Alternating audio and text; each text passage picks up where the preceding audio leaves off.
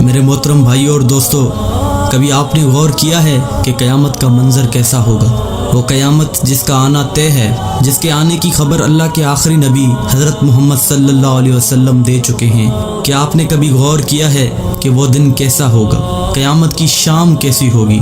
آج ہم قرآن و حدیث کی روشنی میں قیامت کا نقشہ کھینچنے کی کوشش کریں گے۔ دعا ہے کہ اللہ ہمیں اس خوفناک دن کی تیاری کرنے کی توفیق دے۔ ایک ایسی ہی عام سی گرم دوپہر ہوگی یا پھر سرد دوپہر ہوگی، پتہ نہیں وہ گرمی کا تپتا ہوا سورج ہوگا یا سردی کا ٹھنڈا کپ کپاتا ہوا سورج ہوگا۔ شام حسب معمول ڈھلے گی اور دن کو الوداع کہے گی۔ دن اور رات حسب معمول یہ کہہ کر جدا ہوں گے کہ کل پھر ملیں گے۔ پرندے گھونسلوں کی طرف حسب دستور لوٹیں گے۔ تاجر اپنی ترتیب پر اپنے گھروں کو لوٹیں گے۔ مائیں بچوں کو گود میں سلا کر بستروں پر دراز ہوں گی۔ تھکے ہارے مزدور اپنے بستروں کو لوٹیں گے۔ بادشاہ اپنے تخت شاہی پر دراز ہوگا۔ وزیر اپنے تخت وزارت پر دراز ہوں گے۔ پولیس والے اپنی چوکیوں پر پہرا دیتے دیتے یہ سوچ کر اونگ رہے ہوں گے کہ کب صبح ہوگی اور میری ڈیوٹی تبدیل ہوگی اور دوسرا حوالدار آ کے ڈیوٹی دے گا۔ رات کو کسی گھر میں مہندی لگ رہی ہوگی کہ صبح بارات آنی ہے، اور کسی گھر میں بارات آ چکی ہوگی اور اگلی صبح ولیمہ ہوگا۔ کہیں پہ رات کو دکان مکمل ہوئی ہوگی اور صبح کو دکان کا افتتاح ہونا ہوگا۔ کسی کا رات کو گھر مکمل ہوا ہوگا اور صبح نئے گھر میں منتقل ہونا ہوگا۔ یہ ساری حسب معمول کی وہ باتیں ہیں جو آج کے دن بھی کسی نہ کسی جگہ ہو رہی ہوں گی، اور قیامت سے پہلے کی شام بھی بالکل عام سی شام ہوگی۔ ایسی ہی ایک شام آئے گی، ہولے ہولے اور دھیرے دھیرے آئے گی اور پھر سارے عالم پہ چھا جائے گی۔ پھر سورج اسی طرح حسب دستور اپنے چہرے سے نقاب ہٹائے گا اور عالم سے اندھیرے کو جدا کر دے گا۔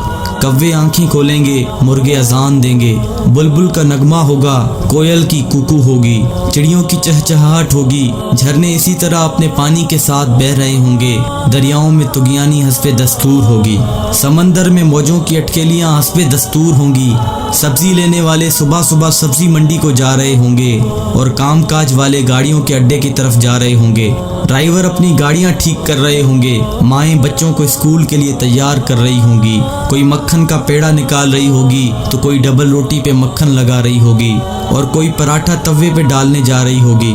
حالی نے ہل کھیت میں ڈال دیا ہے، دکاندار نے دکان کھول لی ہے، گاہک نے آ کے قدم رکھا تو دکاندار نے مرحبا کہا۔ 10 میٹر کپڑا طے پایا، اس نے کپڑا ناپا اور کاٹنے کے لیے کینچی ڈالی۔ ادھر دکاندار کینچی چلا رہا ہے، ادھر گاہک پیسے گن رہا ہے، اور ادھر کاشتکار کا ہاتھ ہوا میں بلند بیج بکھیرنے کو ہے۔ ادھر دلہن کے لیے اس کی بہنیں اور سہیلیاں آئی بیٹھی ہیں، ادھر باراتی آئے بیٹھے ہیں۔ لوگ انتظار کر رہے ہیں کہ کب بارات چلے گی، کب باجا بجے گا اور کب دلہا آئے گا۔ ایسا ہی ایک عام دن ہوگا اور حسب معمول کے کام جاری ہوں گے، حسب دستور دنیاوی معاملات بھی جاری ہوں گے، اور اچانک سے ایک ہیبت ناک آواز آئے گی۔ وہ آواز اتنی خوفناک ہوگی کہ اس آواز کو سن کر دکاندار کے ہاتھ سے کینچی گر جائے گی، گاہک کے ہاتھ سے پیسے گر جائیں گے، کاشتکار کے ہاتھ سے بیج گر جائے گا، دلہن کے گجرے ٹوٹ جائیں گے، مہندیاں گر جائیں گی، دلہن اپنی جان بچا کے بھاگے گی، دولہے کو اپنی بارات اور اپنی دلہن تک یاد نہ ہوگی، لڑکی والوں کو مہندی اور زیورات میں سجی ہوئی اپنی بیٹی یاد نہ ہوگی تو لڑکے والوں کو گھوڑے پہ چڑھتا ہوا دولہا بھول جائے گا، مراسیوں کو اپنے ڈھول بھول جائیں گے، سیاست دانوں کو اپنی سیاست یاد نہ ہوگی، حوالدار کو اپنا پہرا بھول جائے گا۔ وہ خوفناک آواز پورے جہاں کا کلیجہ چیر دے گی۔ انسان کا کلیجہ تو ہے ہی چھوٹا سا، قرآن کے مطابق وہ آواز اتنی ہیبت ناک ہوگی کہ اس آواز کو سن کر زمین و آسمان کے کلیجے پھٹ جائیں گے، پہاڑوں کے بہتے ہوئے چشمے خشک ہو جائیں گے، ماؤں کے ہاتھوں سے وہ نوالے گر جائیں گے جو وہ اپنے بچوں کو کھلا رہی ہوں گی۔ وہ ماں جو چند لمحے پہلے اپنے بچے کو اپنی چھاتی سے دودھ پلا رہی تھی اور میرا چاند کہہ کر اپنے بچے کا ماتھا اور گال چوم رہی تھی، وہی ماں اپنے بچے کو ایک ٹوکری کی طرح ہوا میں اچھال دے گی کہ یہ مرتا ہے تو مرے، میری جان بچ جائے۔ لیکن آج بچے تو کون بچے اللہ کے سوا؟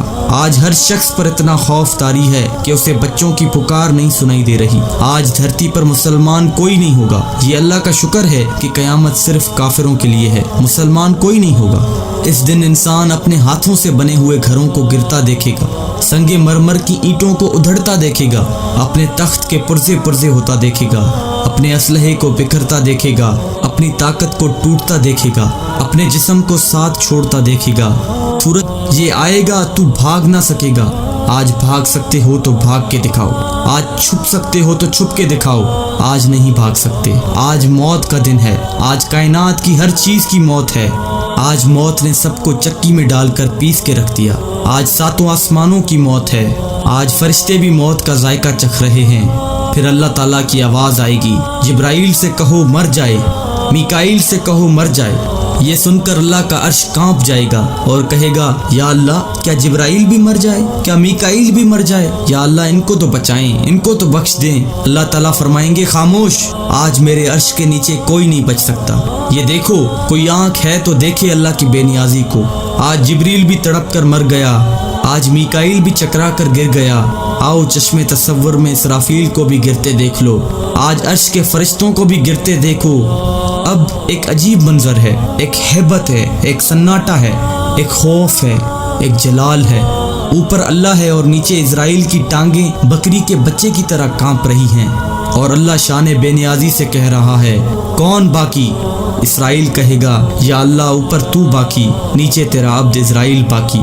تو اللہ کی ہیبت ناک آواز آئے گی کہ تو بھی مر جا میرے اسی امر کے ساتھ جس امر سے میں نے تجھے پیدا کیا۔ اللہ اکبر۔ کوئی اسرائیل کو مرتا دیکھے مگر کوئی ہے نہیں جو دیکھے۔ پھر سب کو موت کی وادی میں دھکیل کر اللہ کہے گا، ہے کوئی میرا شریک تو سامنے آئے، ہے کوئی میرا شریک تو سامنے آئے، ہے کوئی میرا شریک تو سامنے آئے۔ لیکن اس دن کوئی آواز نہیں ہوگی، اس دن تنہا اللہ کی ذات باقی ہوگی جو کہ وحدہ لا شریک ہے۔ میرے بھائیوں، یہ ہے وہ دن جس کا آنا طے ہے، یہ ہے وہ دن جس کے لیے ہم اس دنیا میں آئے ہیں۔ اس دن کچھ باقی نہ ہوگا، اس دن پورا جہاں ٹوٹ چکا ہوگا۔ میرے بھائیوں، اس ٹوٹ جانے والے جہاں سے عبرت لو، اللہ کے واسطے اس کا حرص چھوڑ دو، اس کے دیوانے نہ بنو، اس کے دیوانے کے لیے ذلت کے سوا کچھ بھی نہیں۔ سائے کے پیچھے بھاگنے والے کے لیے دیوار سے ٹکرانے کے علاوہ کچھ نہیں ہوتا، ریت پہ پانی تلاش کرنے والے کے لیے سوائے پیاس کے اور کچھ نہیں ہوتا، اس کی عزت سے دھوکہ کھانے والے کے لیے سوائے ذلت کے کچھ نہیں ہے، اس کی جوانی پر اترانے والے کے لیے بڑھاپے کی خوفناک آہیں ہیں، سسکیاں ہیں۔ اس دن کا انتظار کرو جب بڑھاپا اس کی جوانی کو کھا جائے گا، اس دن کا انتظار کرو جب اس کی اولاد بھی کہے گی کہ اماں مرتی ہی نہیں ہے، ابا مرتا ہی نہیں۔ دعا کرو اللہ والد صاحب کے لیے آسانی پیدا کر دے، یعنی دوسرے لفظوں میں موت دے دے۔ جگہ جی لگانے کی دنیا نہیں ہے، یہ عبرت کی جہاں ہے، تماشا نہیں ہے۔ جہاں میں ہیں عبرت کے ہر سو نمونے، مگر تجھ کو اندھا کیا رنگ و بو نے۔ ملے خاک میں اہل شاں کیسے کیسے، مکی ہو گئے لامکاں کیسے کیسے، ہوئے نامور بے نشاں کیسے کیسے، زمین کھا گئی نوجواں کیسے کیسے۔ جگہ جی لگانے کی دنیا نہیں ہے، یہ عبرت کی جہاں ہے، تماشا نہیں ہے۔